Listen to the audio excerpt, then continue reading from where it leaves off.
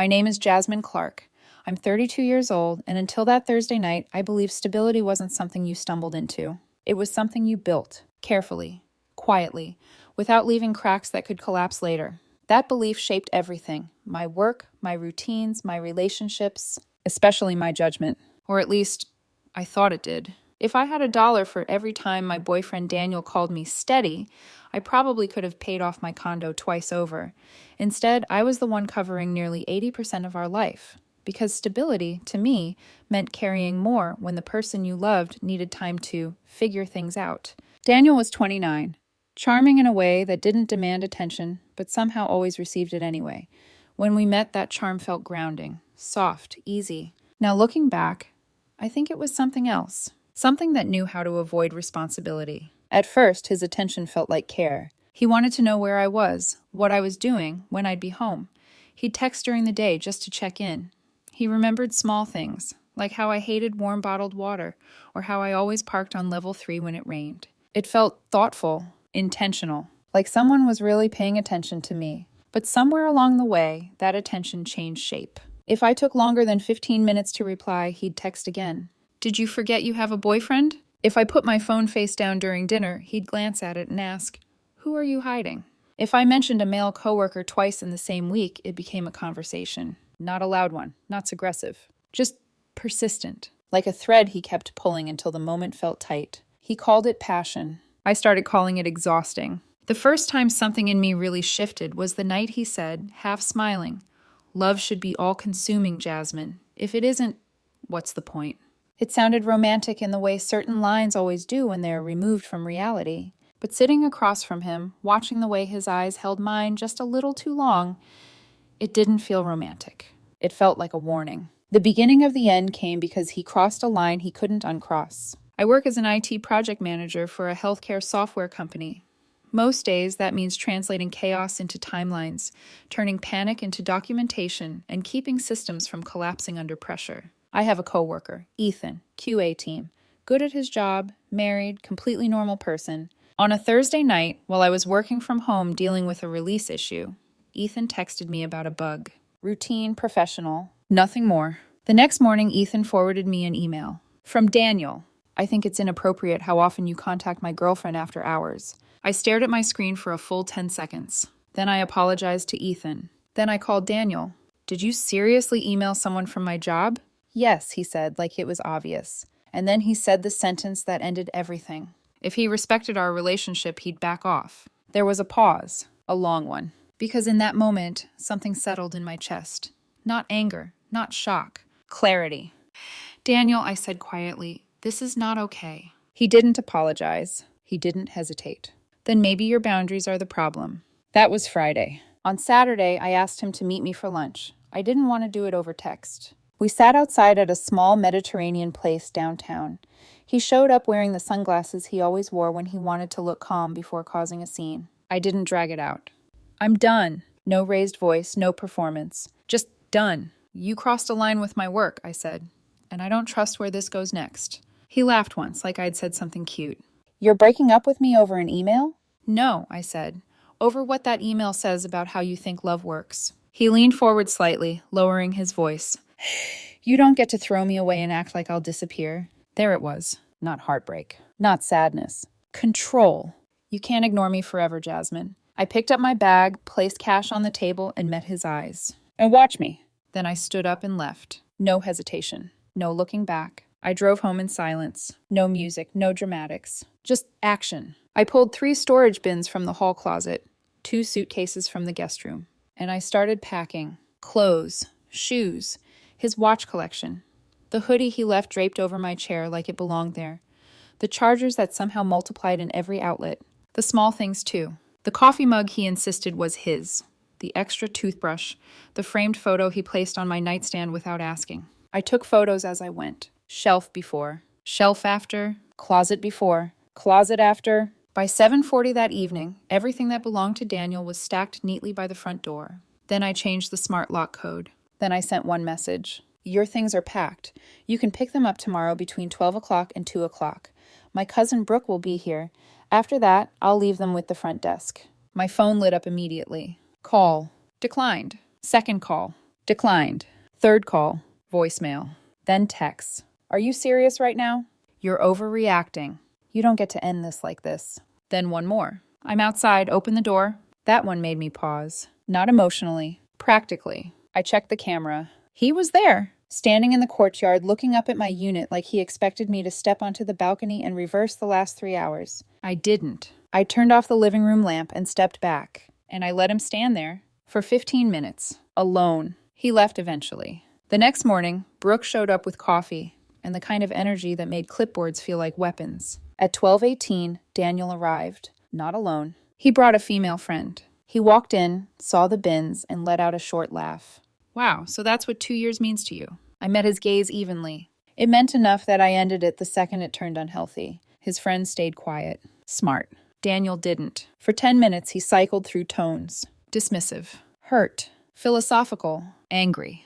You always said I loved harder than anyone else, he said at one point. I held his gaze. Harder isn't the same as better. That one landed. I saw it. The shift in his face. The color rising. The control slipping, just slightly. He zipped the last suitcase harder than necessary. You're going to regret being this cold. I shook my head. No, I'm going to regret waiting this long. He moved toward the door, then stopped, turned back. And there it was again. That same quiet certainty that made my skin feel tight. Yeah, you can block my number, change your locks, hide behind your routines. A pause. Then softer. But you can't ignore me forever. I didn't answer. Brooke did. She didn't even look up from her notes. She actually can. He slammed the door on his way out. And for a moment, it was quiet. The kind of quiet that feels like resolution. Like something has ended cleanly. But standing there, looking at the empty space where his things used to be, I had a feeling. A small one. Sharp. Persistent. That this wasn't the end. It was just the moment he realized he had lost control. And people like Daniel don't let go quietly. That feeling proved itself right 48 hours later. The first message came from an unknown number just after dinner on Monday. Hey, this is Kelsey. Daniel's really spiraling. I know you're angry, but maybe just tell him you don't hate him so he can calm down. I read it twice. Not because I was tempted. Because the wording was so precise it almost impressed me. Not talk to him. Not hear him out. Just tell him you don't hate him. A small sentence, harmless on the surface, but I knew exactly what it was really asking for. Access. One crack in the wall. One reply he could live inside. I set the phone down, rinsed the plate in my sink, dried my hands, and stood there for a second, staring out my kitchen window into the parking lot below. The night was still, soft, ordinary. It irritated me how quickly chaos always tried to disguise itself as something reasonable. Then I picked up my phone and replied with one sentence. There is nothing to discuss. Please don't contact me again about Daniel. Kelsey answered, fair enough. Unexpectedly reasonable. I almost appreciated it. The next call was stranger. It came from Brooke's phone while I was at my desk the next afternoon. For half a second, I thought she'd forgotten something dramatic and urgent, because Brooke never called in the middle of the workday unless a pipe had burst or a relative had lost their mind in public. I answered, what happened? A woman's voice said, hi, this is Paige, Daniel's sister. I sat back in my chair. Apparently, Brooke had been tagged in some family message over the weekend, and Paige had gotten my number from there. I braced myself for accusations, excuses, maybe a long speech about heartbreak and misunderstanding. Instead, she said, I'm not calling to yell. I just want to know if Daniel really showed up outside your place after you broke up with him. Yes, I said, and he emailed my coworker before that. She went quiet. Not performatively, not the kind of pause people use when they're loading a defense. A real pause. Then she said, okay, that's all I needed. That surprised me enough to make me forget the next sentence I'd been about to say. Paige exhaled softly and added, he gets fixated. It's worse when he thinks someone embarrassed him. I'm not excusing it. I'm telling you because you should document everything. Then she hung up. I stared at my phone after the call ended, feeling something cold settle behind my ribs. Until then, part of me had still been trying to force this into a familiar shape. A bad breakup, a dramatic ex, temporary instability. Something annoying but survivable. Something that would burn hot for a week, then go embarrassed and quiet. Paige's warning changed that, because she didn't sound shocked. She sounded tired. Like she had seen versions of this before. 3 mornings later, I walked into my gym at 5:50 and saw Daniel standing by the front desk, wearing one of my old college sweatshirts, the gray one with the faded university logo, the one he used to borrow when he wanted to look nostalgic and harmless. He smiled the second he saw me. Not sheepish, not uncertain, soft, familiar. As if we had accidentally run into each other at a farmer's market and not at a gym he had never once used during our entire relationship. "Hey," he said, "I think I left my water bottle in your car last week." I stopped 3 feet from him. "No, you didn't." Because he hadn't. I had found it in one of the storage bins next to his yoga mat and dropped it off with the rest of his things. He knew that. I knew that. The lie wasn't for information. It was for permission. He tilted his head slightly, the same expression he used whenever he wanted me to feel like I was being unkind in a situation where he was the emotional victim. "You don't have to act like a stranger." The front desk guy looked between us with the exact expression of someone regretting his hourly wage. I said, "That would be easier if you stopped showing up where I am." His smile thinned. "Just a fraction.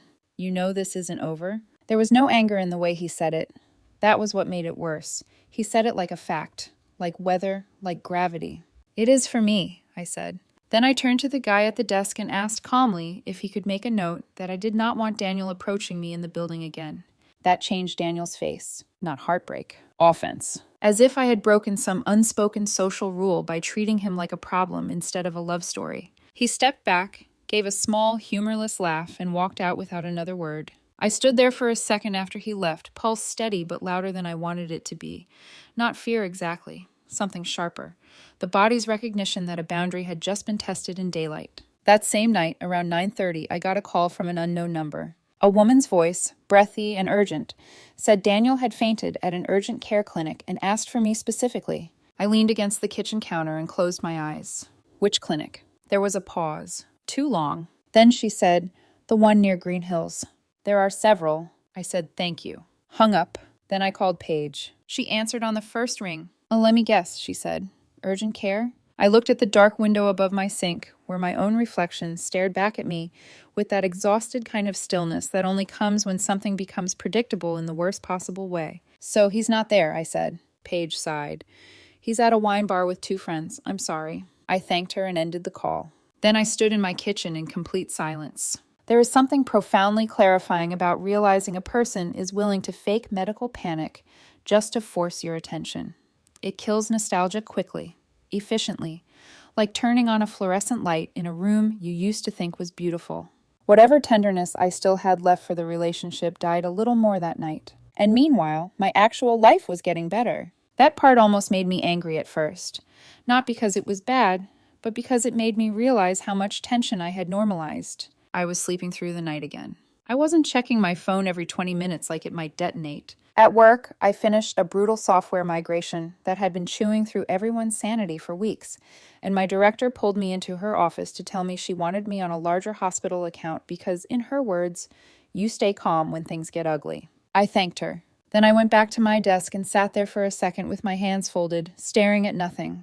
Funny how that quality became easier for other people to notice when I was no longer dating the thing making my life ugly. The next escalation came on a Thursday evening. I found the note under my windshield wiper after work. No envelope, just folded paper with my name written across the front in Daniel's handwriting. I stood in the parking garage with my bag still over my shoulder, the air smelling faintly like concrete dust and hot rubber, and unfolded it carefully. Inside was a Polaroid from a weekend trip we'd taken to Asheville. In the picture, I was laughing at something off camera. Daniel's arm was around my waist. We looked warm, normal, happy in the way photographs always simplify people. On the back, he had written, "You don't get to erase me." I didn't cry. I didn't call him. I didn't even crumple it. I took a photo of the note with my phone, opened my laptop when I got home, and created a folder labeled Daniel.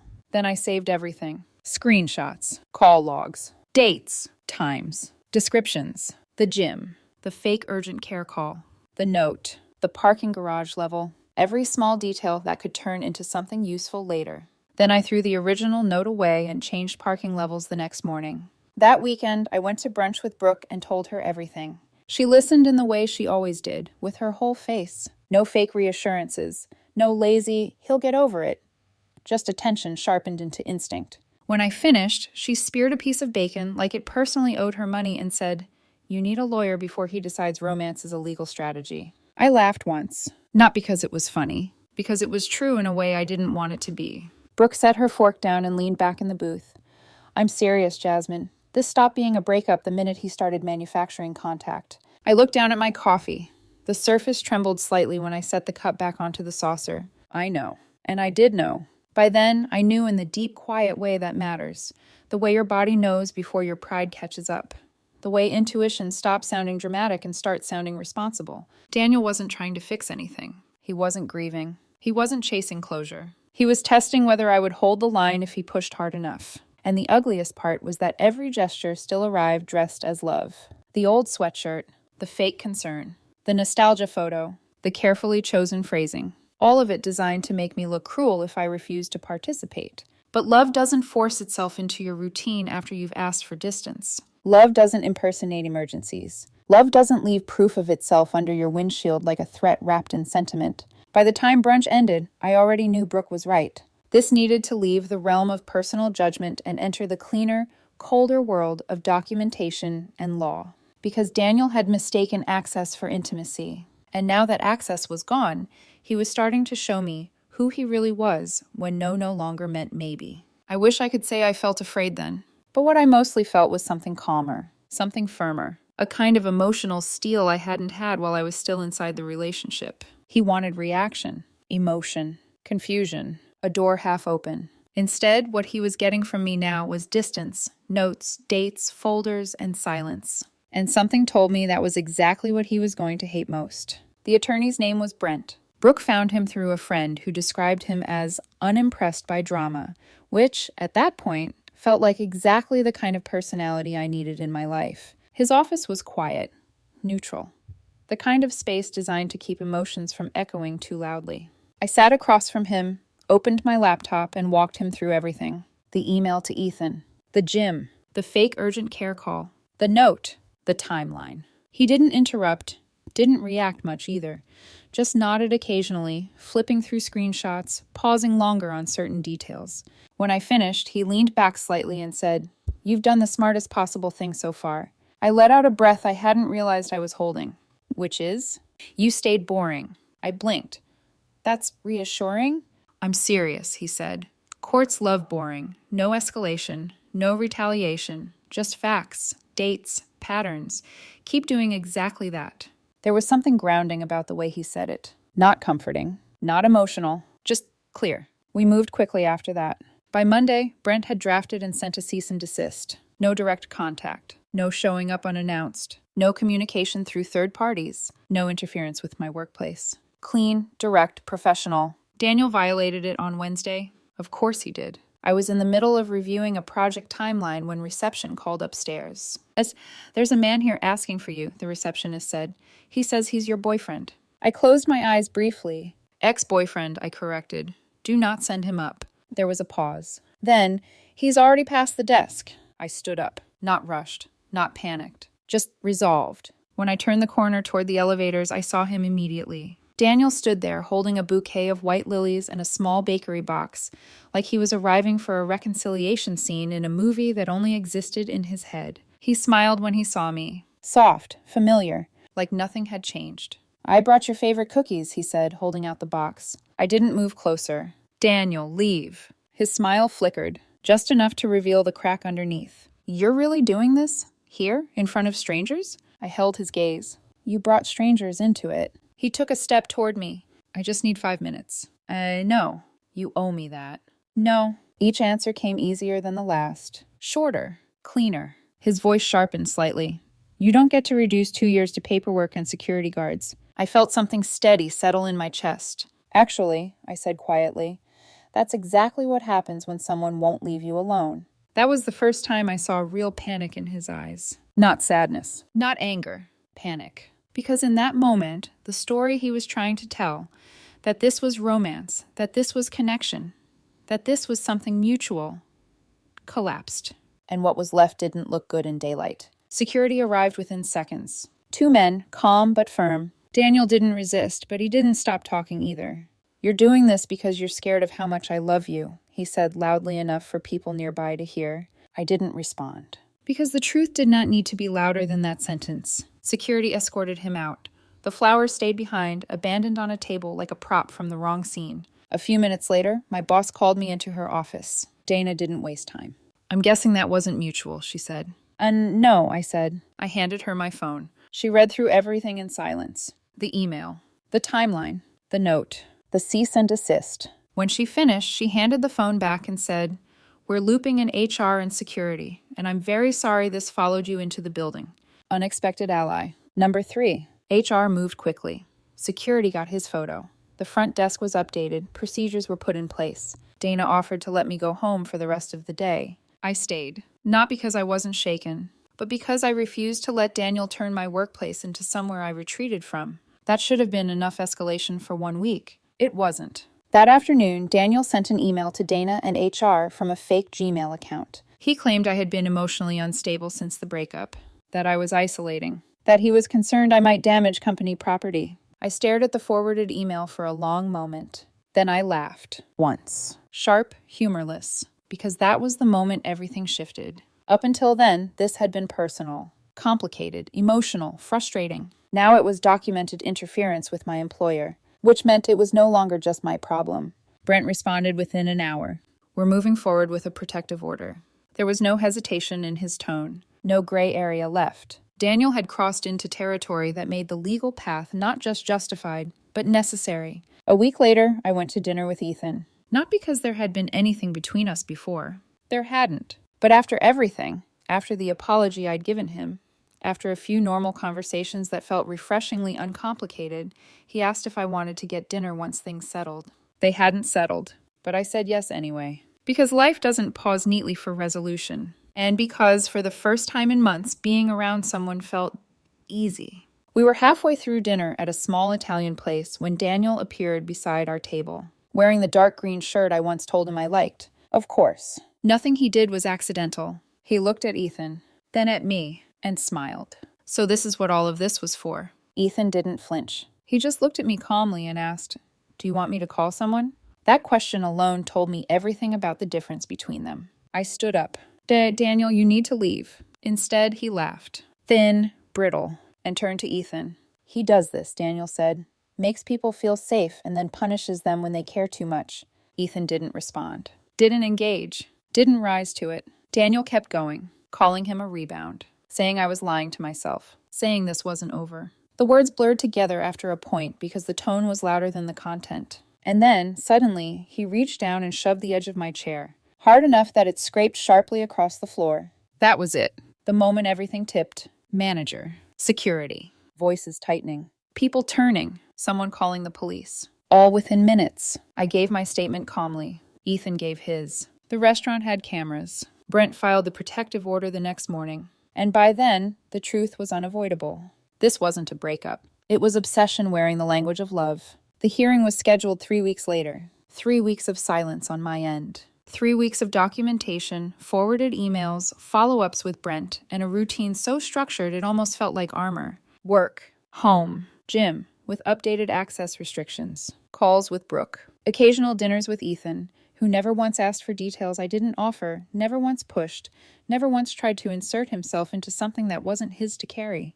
It was steady. The kind of steady I used to think I already had. The courtroom in Davidson County was colder than I expected. Not physically, emotionally. Neutral walls, fluorescent lighting, the quiet shuffle of paperwork, the kind of space where stories get stripped down to facts whether you're ready for that or not. Brent arrived with a binder. Not a folder, not a loose stack. A binder. Tabbed. Structured. Deliberate. Timeline in the front. Evidence behind it. Every moment I had documented now had a place. Every detail now had weight. Daniel arrived 10 minutes later. He wore a navy button-down, sleeves rolled neatly, expression soft, controlled, like he was here to resolve something unfortunate, not defend something serious. If I hadn't lived through it, I might have believed him. His attorney started with the word closure. My client was heartbroken and seeking closure, she said, voice measured, careful. Brent didn't raise his voice when he responded.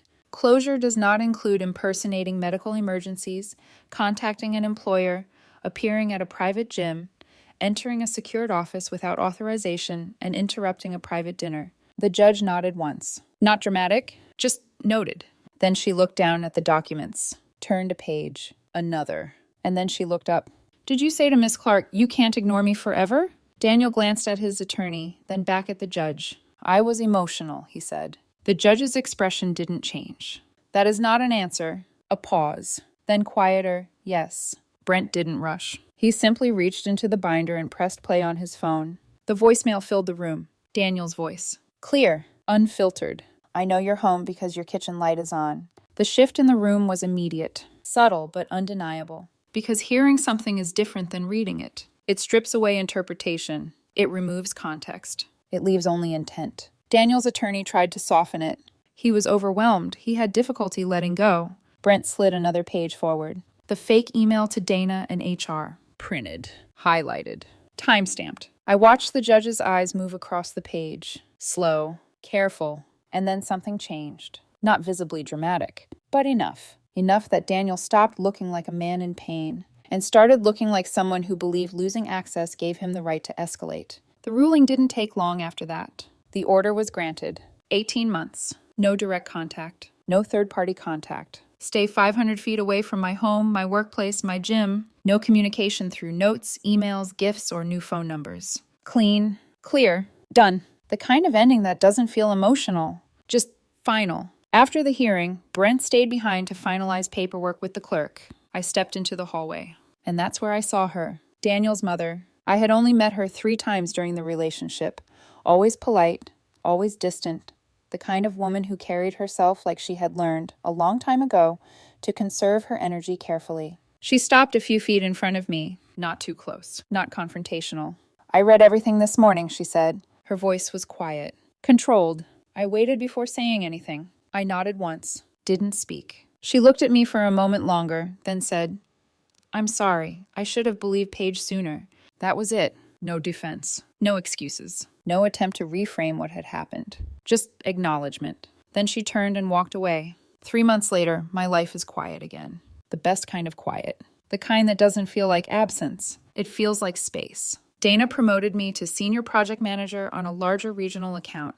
Brooke still calls and asks if I'm being boring enough, which has now officially become family shorthand for documenting everything and not doing anything impulsive. And Ethan and I are still seeing each other, slowly, normally, which it turns out is deeply underrated. No one checks my location. No one questions my timing. No one turns small things into tests. There are no performances, no hidden pressure behind simple moments, just ease. Daniel tried one last third-party contact about 2 weeks after the hearing. An old mutual friend reached out, vague and hesitant, asking if I would consider just letting him apologize properly. I didn't respond. Brent did. One email, copy of the order attached. Silence after that. And that's really the lesson. Obsession gets mistaken for love all the time because it looks intense. It sounds flattering. Someone wanting all of you, all your time, all your attention, all your reassurance. But real love doesn't need constant proof of access. Real love doesn't punish boundaries.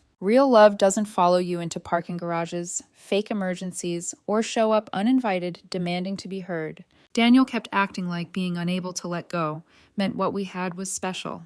It didn't. It meant he confused attachment with ownership. And once I understood that, everything became simple. Not easy, but clear. And sometimes clarity is the only kind of closure you actually need.